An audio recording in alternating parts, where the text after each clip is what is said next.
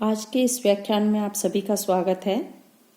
पिछले व्याख्यान में हमने चार्वाक दर्शन की तत्व मीमांसा के बारे में उनके आत्मा संबंधी विचार और ईश्वर संबंधी विचार के विषय में बात की थी, जहां पर हमने ये कहा था कि चार्वाक की तत्व मीमांसा उनकी ज्ञान मीमांसा पर आधारित है। क्योंकि उन्होंने ज्ञान मीमांसा में प्रत्यक्ष को ही एकमात्र ज्ञान प्राप्ति का साधन माना है, या यथार्थ ज्ञान प्राप्ति का साधन माना है, या प्रमा का साधन माना है। इसलिए उन्होंने उन्हीं तत्वों को स्वीकार किया है अपनी तत्व मीमांसा में जो प्रत्यक्ष के विषय हो सकते हैं, और इस आधार पर उन्होंने आत्मा की सत्ता को अस्वीकार किया है और क्या कहा है, चैतन्य विशिष्ट शरीर ही आत्मा है। इसके अतिरिक्त यह जो शरीर है जिसमें चेतना निवास करती है यही आत्मा है। इसके अलावा कोई आत्मा नामक तत्व को उन्होंने स्वीकार नहीं किया है। क्योंकि जिसे अन्य दार्शनिकों ने आत्मा कहा है वह उनके अनुसार प्रत्यक्ष का विषय नहीं है, हमें केवल अपना शरीर ही दिखाई देता है, इसलिए उन्होंने शरीर को ही आत्मा कहा है। इससे भिन्न किसी आत्म तत्व को स्वीकार नहीं किया है। इसी प्रकार से ईश्वर को भी स्वीकार नहीं किया, क्योंकि ईश्वर की सत्ता भी प्रत्यक्ष का विषय नहीं है, और प्रत्यक्ष का विषय नहीं होने के कारण इन्होंने ईश्वर की सत्ता को भी अस्वीकार किया है। अब यहाँ पर आत्मा और ईश्वर के बाद में किसी भी दर्शन की जब हम तत्व मीमांसा पढ़ेंगे तो उनके आत्मा संबंधी विचार, ईश्वर संबंधी विचार और जगत संबंधी विचार की व्याख्या हम करते हैं। तो चार्वाक दर्शन की जगत संबंधी विचार क्या है? जगत के संबंध में चार्वाक दार्शनिकों का जो विचार है वह स्वभाववाद के नाम से जाना जाता है। चार्वाक दार्शनिक ये मानते हैं कि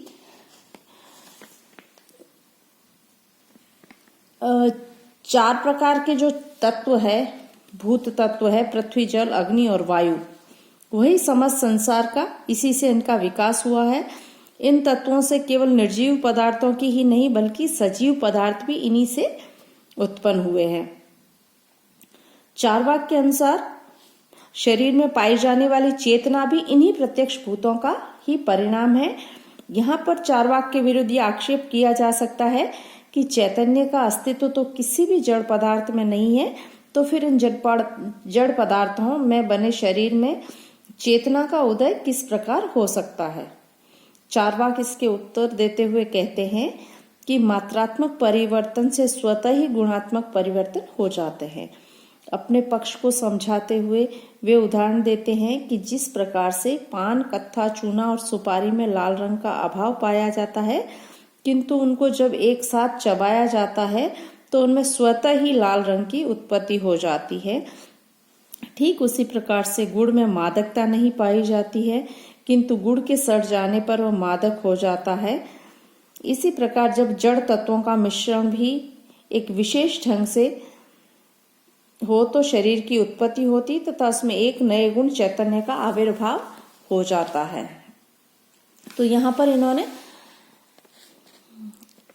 कई उपमाओं के द्वारा ये समझाने का प्रयास किया है कि इन चार जड़ तत्वों से न केवल यह संसार या जगत का विकास हुआ है, वरन चेतन तत्व या सजीव पदार्थ भी इन्हीं चार जड़ तत्वों के द्वारा उनकी भी उत्पत्ति को वो स्वीकार करते हैं। चार्वाक दार्शनिक ये कहते हैं कि ये चार भूत हैं, ये केवल संसार के उपादान कारण हैं।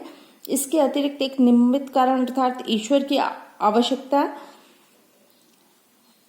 जो अन्य दार्शनिकों ने मानी है, जो उन्हें उपादानों को लेकर इस विचित्र संसार की सृष्टि करता है।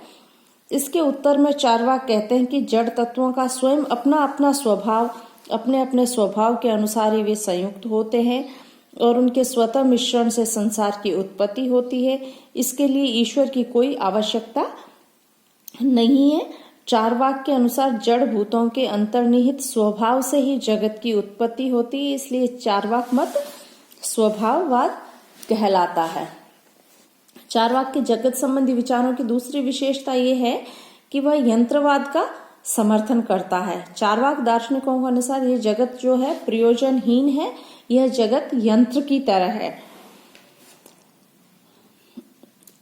चार्वाक के अनुसार ईश्वर की इस कारण भी कोई आवश्यकता नहीं, क्योंकि यह जगत उद्देश्यपूर्ण नहीं है, इसका कोई प्रयोजन नहीं है। इस जगत का कोई प्रमाण नहीं कि इस जगत की सृष्टि किसी उद्देश्य की पूर्ति के लिए हुई है। अधिक युक्ति संगत यही है कि जगत की उत्पत्ति जड़ तत्वों से के आकस्मिक संयोग से हुई है।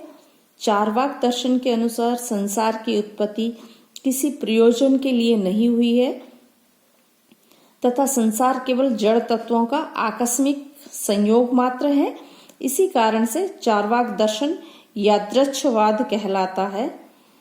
चार्वाक दर्शन संसार के निर्माण एवं सृष्टिकर्ता ईश्वर के अस्तित्व को स्वीकार नहीं करता।